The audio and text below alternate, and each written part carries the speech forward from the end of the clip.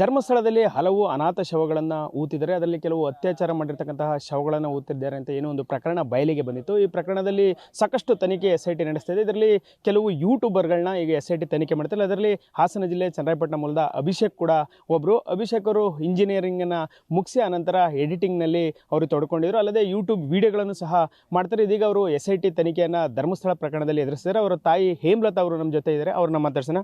Madam, ನಿಮ್ಮ ಮಗ ಓದಿದ್ದೆಲ್ಲ ಎಲ್ಲಿ ಮೇಡಮ್? ಏನು ಓದಿದ್ದಾರೆ, ಏನು ಕೆಲಸ ಮಾಡ್ಕೊಂಡಿದ್ರು? ಸರ್, ನಮ್ಮ ಮಗ ಬಂದು ನೌಕಿಸ್ ಇಂಜಿನಿಯರಿಂಗ್ ಕಾಲೇಜಲ್ಲಿ ಇಂಜಿನಿಯರಿಂಗ್ ಮಾಡಿದ್ದು, ಮೆಕ್ಯಾನಿಕಲ್ಲು.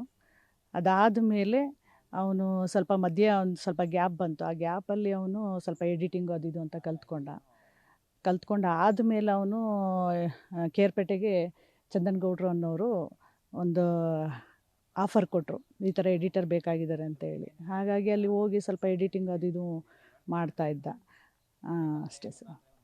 ಈಗ ಮೇಡಮ್, ನಿಮ್ಮ ಮಗ ಈ ಧರ್ಮಸ್ಥಳಕ್ಕೆ ಹೋಗೋಕ್ಕಿಂತ ಮುಂಚೆ ಚಂದನಗೌಡರ ಜೊತೆ ಏನು ಕೆಲಸ ಮಾಡ್ತಿರೋದು? ಎಡಿಟಿಂಗ್ ಆಗಿ ವರ್ಕ್ ಮಾಡ್ತಾಯಿದ್ದ. ಎಡಿಟಿಂಗ್ ಬಿಟ್ಟರೆ ಇನ್ನೇನೂ ಮಾಡ್ತಾ ಇರಲಿಲ್ಲ ಅವನು. ಅದಾದಮೇಲೆ ಅವನಿಗೆ ಏನೋ ಒಂಥರ ಅದೆಲ್ಲ ನೋಡಿದ ಮೇಲೆ ಅವನಿಗೆ ಯೂಟ್ಯೂಬ್ ಇಂಟ್ರೆಸ್ಟ್ ಆಯ್ತಾ ಏನೋ ಗೊತ್ತಿಲ್ಲ. ಆಮೇಲೆ ಅವನು ಒಂದು ಚಾನಲ್ ಕೂಡ ಓಪನ್ ಮಾಡ್ಕೊಳ್ತಾನೆ. ಓಪನ್ ಮಾಡಿ ಕೆಲವೊಂದು ಸುಮಾರು ವೀಡಿಯೋಗಳನ್ನ ಮಾಡಿದ್ದಾನೆ. ಎಲ್ಲಿ ಏನಾದರೂ ತೊಂದರೆಗಳಿದ್ದಾವೆ, ಈಗ ಈ ಆ್ಯಂಬುಲೆನ್ಸ್ ಬಗ್ಗೆ ಮಾಡೋದೇ ಆಗಿರ್ಬೋದು, ಅಥವಾ ಅಲ್ಲಿ ಅವರು ಇರುವಂಥ ಡ್ರೈವರ್ಸ್ಗಳ ಸಮಸ್ಯೆಗಳೇನು, ಇಂಥದ್ದನ್ನೆಲ್ಲನೂ ಕೂಡ ವಿಡಿಯೋ ಮಾಡ್ತಾಯಿದ್ದೆ ಸರ್ ಅವನು. ಮೇಡಮ್, ಈಗ ನಿಮ್ಮ ಮಗನಿಗೆ ಈ ಧರ್ಮಸ್ಥಳದ ಕಾಂಟ್ಯಾಕ್ಟ್ ಆಗಿದೆ ಹೆಂಗೆ ಮೇಡಮ್? ಈ ಪ್ರಕರಣ ಬಂದಾಗ ಅವ್ರು ಹೋಗಿದ್ದು ಅಥವಾ ಅಲ್ಲಿರ್ತಕ್ಕಂಥ ಯಾರು ಕಾಂಟ್ಯಾಕ್ಟ್ ಮಾಡಿದ್ರೆ ಹೇಗೆ?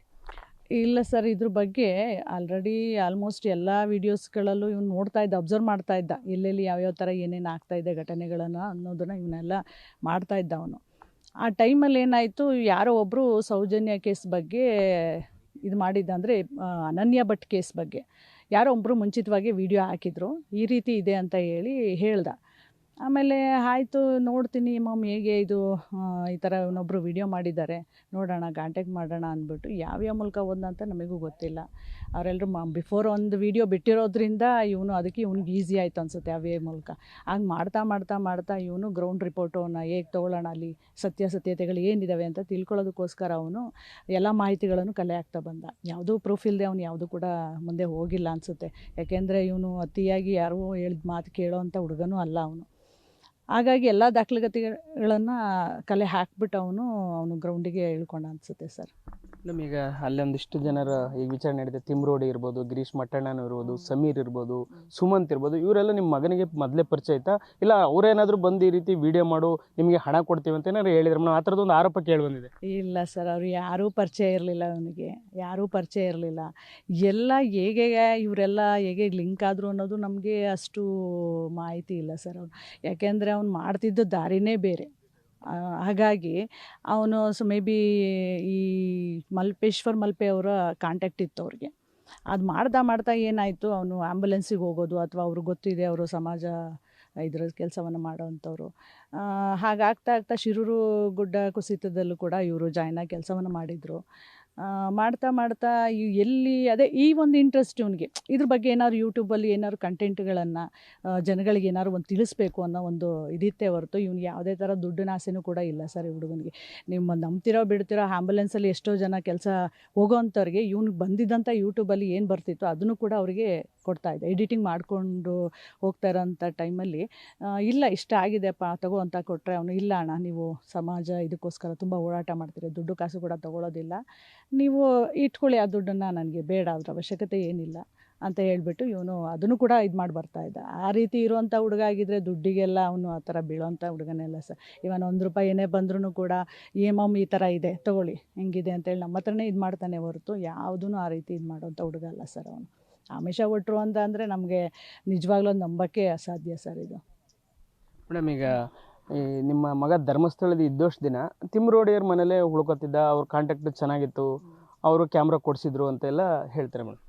ಇಲ್ಲ ಸರ್, ತಿಮ್ರೋಡಿಯವರು ಅಂತ ಅಂದರೆ ಇವನಿಗೆ ಮಾಹಿತಿ ಸಿಗ್ತಾ ಇತ್ತು. ಅವನಿಗೆ ಏನು ಮಾಹಿತಿ ಅಂತಂದರೆ ಸೌಜನ್ಯ ಕೇಸ್ ಬಗ್ಗೆ ಹೋರಾಟಗಾರರು ಏನಾದರೂ ಒಂದು ಅದೆಲ್ಲ ಒಂದು ಕಡೆ ಅದು ಹಾಗೆ ಉಳ್ಕೊಂಡ್ಬಿಡುತ್ತಲ್ಲ, ಏನಾದ್ರು ಮಾಹಿತಿ ಇದು ಮಾಡಿ ಜನಗಳಿಗೆ ತಿಳಿಸ್ಬೇಕು ಅಂತ ಅವ್ನು ಹೋಗಿದ್ದೇ ಹೊರತು ಅವರು ಅದನ್ನು ಕೊಡಿಸಿದ್ರು ಇವ್ರು ಇದನ್ನು ಕೊಡಿಸಿದ್ರು ನಾವು ಯಾಕೆ ಸರ್, ನಾವು ಏನೂ ನಮ್ಮ ಹೆಸರಲ್ಲಿ ಅವನಿಗೆ ಒಂದು ಮೊಬೈಲ್ ತಗೊಳ್ಳೋದೇ ಆಗಿರಲಿ ಅಥವಾ ಒಂದು ಕ್ಯಾಮ್ರಾ ತಗೊಳ್ಳೋದಲ್ಲ, ಅದರಲ್ಲೇ EMI ತಗೊಟ್ಟಿರೋದು. ನಾವು ಕೂಡ ನಾವು ಆರ್ಥಿಕ ವ್ಯವಸ್ಥೆ ಅಷ್ಟು ಚೆನ್ನಾಗಿಲ್ಲ ನಮ್ಮದು.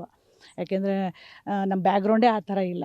ನಾವು ಯಾವುದೇ ಏನಂತ ಅಂದ್ರೂ ಕಷ್ಟಪಟ್ಟೆ ನಾವು ಇದು ಮಾಡ್ಕೊಂಡು ಬಂದಿರೋದು. ಸಾಲನೂ ಕೂಡ ತೊಗೊಂಡು ಅಲ್ಲಿ ಇಲ್ಲಿ ಬಡ್ಡಿ ಸಾಲ ತೆಗೆದು ನಾವು ವ್ಯವಹಾರ ಮಾಡ್ಕೊಂಡಿದ್ದೀವಿ ಹೊರತು ಯಾವುದೇ ರೀತಿ ಯಾರು ಇವರು ದುಡ್ಡು ಕೊಟ್ಟರು ಮಾಡಿದರು ಕ್ಯಾಮ್ರಾ ತಗೊಟ್ರು ಅಂಥದಕ್ಕೆ ಆಸೆ ಪಡುವಂಥ ಹುಡುಗನೂ ಅಲ್ಲ ಸರ್ ಅವನು. ಹಾಗೆ ಮೇಡಮ್, ಈಗ SIT ತನಿಖೆ ಆಗ್ತಿದೆ, ನಿಮ್ಮ ಮಗನ ಕರೆದು ಏನು ಹೇಳ್ತೀರಾ ಮೇಡಮ್ ಇದ್ರ ಬಗ್ಗೆ? ಸರ್ SIT ತನಿಖೆ ಆಗಲಿ ಸರ್. ಅದು ಯಾಕೆ ಅಂತಂದರೆ ಸತ್ಯಾಸತ್ಯತೆಗಳು ಹೊರಗಡೆ ಬರಬೇಕು. ಇವನು ಸತ್ಯದ ಮಾರ್ಗದಲ್ಲೇ ಹೋಗಿರೋದು ಅವನು. ಆ ಥರ ಹಂಗೆ ಹೋಗೋದ ಅಂಥ ಹುಡುಗನೂ ಅಲ್ಲ ಅವನು. ಹಾಗಾಗಿ ಎಲ್ಲ ಸತ್ಯತೆಗಳು ಹೊರಗಡೆ ಬರಲಿ. ಅವರು ಕೂಡ ತುಂಬ ಚೆನ್ನಾಗಿ ಸ್ಪಂದಿಸ್ತಾ ಇದ್ದಾನೆ. ನಾವು ಕೂಡ ಅದನ್ನೇ ಹೇಳಿರೋದು, ನೀನು ಯಾವುದೇ ಮಾಹಿತಿಗಳು ಏನೇ ಇದ್ರೂ ಕೂಡ ಎಲ್ಲ ನೀಟಾಗಿ ಅವ್ರಿಗೆ ಇದು ಮಾಡಪ್ಪ ನೀನು ಅಂತಲೇ ನಾವು ಹೇಳಿರೋದು. ಸ್ವಲ್ಪ ಏಜ್ ಕಡಿಮೆ ಇರೋದ್ರಿಂದ ಸ್ವಲ್ಪ ಏನೇ ಅಂದರೂ ಯಾವುದೇ ಒಂದು 4-6 ಜನ ಮುಂದೆ ಏನೋ TV ಇದ್ರ ಮುಂದೆ ಮಾತಾಡ್ಬೋದು. 4-6 ಜನ ಇದ್ದಾಗ ಸ್ವಲ್ಪ ಪ್ಯಾನಿಕ್ ಆಗ್ತಾನೆ. ಅಂದರೆ ಆ ಒಂದು ಕೆಪಬಿಲಿಟಿ ಅವನಿಗಿಲ್ಲ. ಹಾಗಾಗಿ ನಾನು ಅದನ್ನೇ ಹೇಳಿದ್ದು, ಏನೇ ಇದ್ದರೂ ಎಲ್ಲನೂ ಧೈರ್ಯವಾಗಿ ಹೇಳು, ಅವರಿಗೆ ಏನು ಹೆಲ್ಪ್ ಬೇಕು ಅದನ್ನೆಲ್ಲನೂ ಕೊಡು ಮಾಹಿತಿನ ಅಂತಲೇ ಹೇಳಿದ್ದು ಸರ್. ಅವರು ಕೂಡ ಅದನ್ನೇ ಏನು ಇದೆ ನಿಮ್ಮ ಹತ್ರ ಮಾಹಿತಿಗಳನ್ನು ನಮಗೆ ತನಿಖೆಗೆ ಹೆಲ್ಪ್ ಆಗ್ಬೋದು ಬನ್ನಿ ಅಂತಲೂ ಕೂಡ ಅವ್ರು ಕರೆದಿದ್ರೆ ಹೊರತು ಈ ಒಂದು ಬೇರೆ ಇನ್ಯಾವುದೋ ಹೇಳಿ ಬಿಂಬಿಸೋ ರೀತಿಯಲ್ಲಿ ಇವನು ಏನೋ ತಪ್ಪು ಮಾಡಿದ್ದಾನೆ ಅನ್ನೋ ರೀತಿಯಲ್ಲಿ ಅವರು ಕರೀಲಿಲ್ಲ. ಜಸ್ಟ್ ಇನ್ಫಾರ್ಮೇಷನ್ ಏನಿದೆ ಅದನ್ನು ಕೊಡಪ್ಪ ಅಂತ ಹೇಳಿ ಕರೆದಿದ್ದು ಸರ್. ಇವನ್ ನೋಟಿಸ್ ಎಲ್ಲ ಈಗೆಲ್ಲ ಸುಮಾರು ಯೂಟ್ಯೂಬ್ ಚಾನಲ್ಗಳಲ್ಲಿ ಎಲ್ಲದರಲ್ಲೂ ಬಿಟ್ಟಿದ್ದಾರೆ, ನೋಡ್ಬೋದು. ಮೇಡಮ್, ಈಗ ಧರ್ಮಸ್ಥಳಕ್ಕೆ ಹೋದ್ಮೇಲೆ ಅಭಿಷೇಕ್ ಅವರು ಇಲ್ಲಿಗೆ ಬಂದಿದ್ರಾ? ನಿಮಗೆ ಪ್ರತಿನಿತ್ಯ ಫೋನ್ ಮಾಡಿ ಏನಾಗ್ತಿದೆ ಏನು ಹೇಳ್ತಿರೋ, ಒಂದ್ಸಲಿ ಹಲ್ಲೆ ಆಗುತ್ತೆ ಅದೆಲ್ಲ ನಿಮಗೆ ಮಾಹಿತಿ ಹೇಳ್ತಿದ್ರು ಮೇಡಮ್? ಸರ್, ಹಲ್ಲೆ ಆದಾಗ ನಮಗೆ ಭಾಳ ಆತಂಕ ಆಯಿತು. ಇವನೇನೋ ಮಾಡ್ತಾ ಇದ್ದಾನೆ ಅಲ್ಲಿ ಅನ್ನೋ ಒಂದು ಮಾಹಿತಿ ನಮಗೆ ಹೇಳ್ತಾ ಇದ್ದ, ಅವನೇ ಪ್ರತಿಯೊಂದು ಹೇಳ್ತಾ ಇದ್ದ. ಹಾಗಾಗಿ ಹಲ್ಲೆ ಆದಾಗ ನಮಗೆಲ್ಲ ಒಂದು ಕಡೆ ಏನನ್ನಿಸ್ತು ಅಂತ ತುಂಬ ಆತಂಕ ಆಯಿತು. ಏನಪ್ಪ ಇದು ಹಿಂಗೆ ಸಾರ್ವಜನಿಕರು ಇರುವಂಥ ಜಾಗದಲ್ಲಿ ಸಡನ್ನಾಗಿ ಈ ರೀತಿ ಅಟ್ಯಾಕ್ ಮಾಡೋದು ಅಂತಂದರೆ ನಾವೆಲ್ಲೋ TV ಅಥವಾ ಚಾನಲ್ಗಳಲ್ಲಿ ಸಿನಿಮಾಗಳಲ್ಲಿ ನೋಡ್ತಾ ಇದ್ವಿ. ಈ ರೀತಿ ಅಟ್ಯಾಕ್ ಮಾಡಿದಾಗ ನಮಗೆ ಆತಂಕ ಆಯಿತು. ಜೊತೆಗೆ ನಾವು ನಿಲ್ಲಬೇಕು ಅಂತ ಅನ್ನಿಸ್ತು ಸರ್. ಯಾಕೆಂದರೆ ತಪ್ಪು ಮಾಡಿದರೆ ನಮಗೆ ಹಿಂದೆ ಬಂದುಬಿಡಪ್ಪ ನೀನು ಅಂತ ಅನ್ಬೋದಿತ್ತು.